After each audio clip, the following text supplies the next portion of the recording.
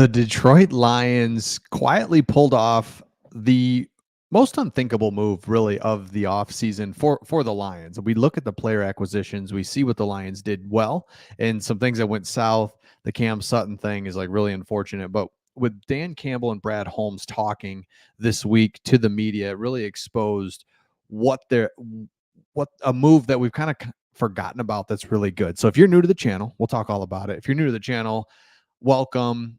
If you've been watching videos for a while, we'd love if you subscribe. And we've got the NFL draft coming up. We go live for that. This will be our third year doing it. We really have a lot of fun with it. Craig and I are both on here. It's interactive. It's just really fun to see how bad we would be at drafting, because it's like Sam Laporta. That's our most famous. We're just like, what? Who is Sam Laporta from Iowa? Like, are we really going to take him? Yeah, we are. We suck. He's really good. Okay. Here's what Dan Campbell had to say, and this is the move that we really take for granted. He was talking about how each coordinator is coming back. Why is this such a big deal? It's because in a league where turnover is constant, Ben Johnson is tied for the longest tenured offensive coordinator. Think about that in his basically 3.5 seasons. Aaron Glenn only has two guys ahead of him. He's the third longest tenured.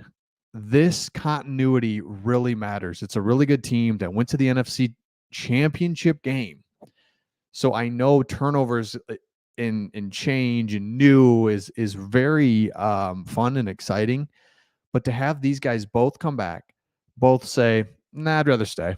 Right. And I know, especially for Ben Johnson, he really looked like he was going to go to the Commanders. So he literally said, nah, I would rather stay here with Brad Holmes, Dan Campbell, the ownership, everything that we have in place, the current players, than to get a head coaching job. That's awesome. Now we know Aaron Glenn.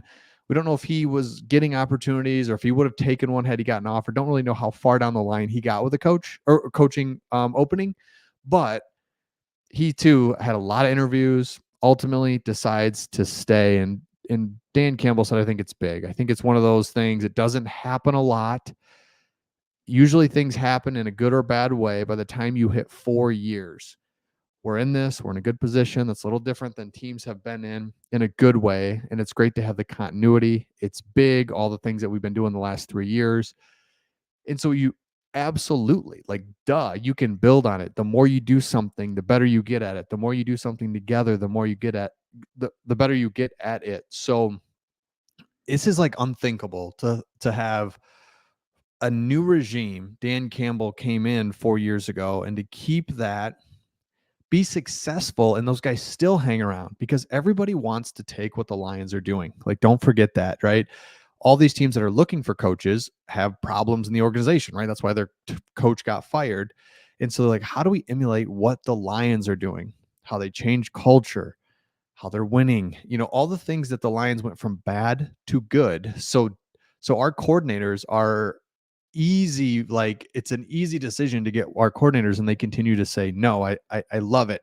And the next thing you look at is on the left, you have our offense, and the right, you have the defense. And I like this because it ranks the defense in the league. So you can really kind of get perspective. So obviously on the left side, our offense, top 10 in almost every category: rushing, overall, rushing, passing. But when you look at our defense, and the reason I bring this up is because Aaron Glenn hasn't had the players. He started to get them last year. There was definitely an improvement, some rough games.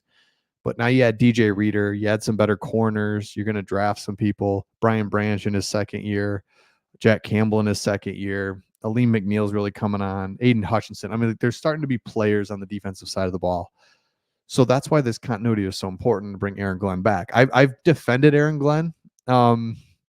And here's why. If you look at it, the overall defense, not great, in the bottom third. You just cannot argue that. But what I love, and I think such an important part of the game, is the rush defense is top 10 rush defense.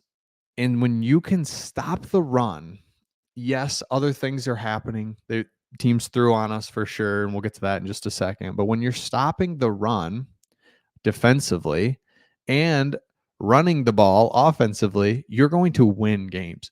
And you could see it. Lions were top 10 in running, top 10 in defensive rush stats. And that's why you win games. And it's so important to do and so hard to do is to stop the run. So the Lions were always stopping the run. So if they could just manage a little bit better the pass game, oh my gosh.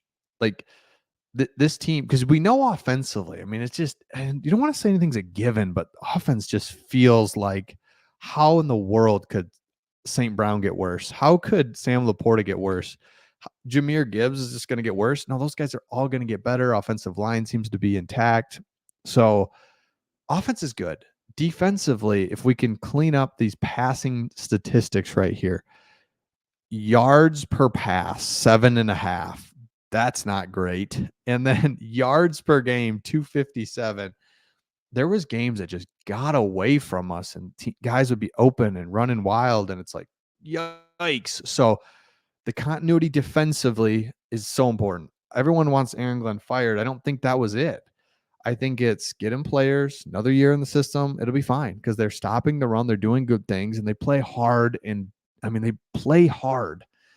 And so it's like, it'd be great to see that. So this is the most underrated move of the offseason is keeping these coordinators. I mean, we all know Ben Johnson. We could do a whole video on Ben Johnson. But I wanted to talk about Aaron Glenn too. It's important that he's back. There's continuity there. Everyone loves him. Every player loves him. So I think it's really important. Now let's take a look at the draft. If you haven't done this yet, PFF has a mock draft simulator. Let's have some fun. I just showed you how bad I would be at a GM, but let's have some fun. Put your comments down there. Make sure you comment, man. We read your comments. Other people read your comments. We might not respond to them all, but it's really fun to see what you guys have to say. And I know you're just gonna really thrash me on this because we all disagree on who we should draft. Okay. Tyler Nubin. Now remember, Brad Holmes came out and was very adamant about we are going to take the best player available. Like, come on. Almost was insulted by the question.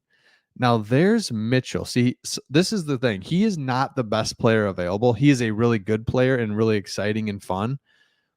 But I just don't think he's the best player available at 29. And these other guys I don't love. Zach Frazier I really like just because I like the TJ Tampa. Gosh, I'm a big draft for need guy, which is not what you're supposed to do. And I fully know that. Okay. I'm going to just go. Ooh, Troy Franklin, Oregon. Well, this dude, let's take a quick little peek at him. 6'3", 187. I'm doing it. There's our wide receiver. Done. Now we got a big X on the outside.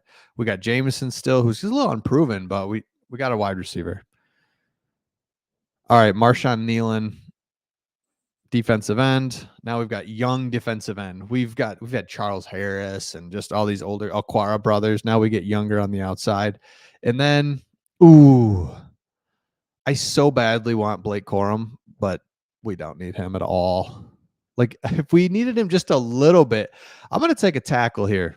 Depth at tackle and offensive line. Brad Holmes said our offensive line is our team. So we need interior offensive line, but still, I'm not drafting for need. Troy Franklin, C. Okay. Nealand, A. Blake Fisher, C+. Yikes. Yikes. Let me know in the comments where you came out on that, and we'll see all of you on the next one.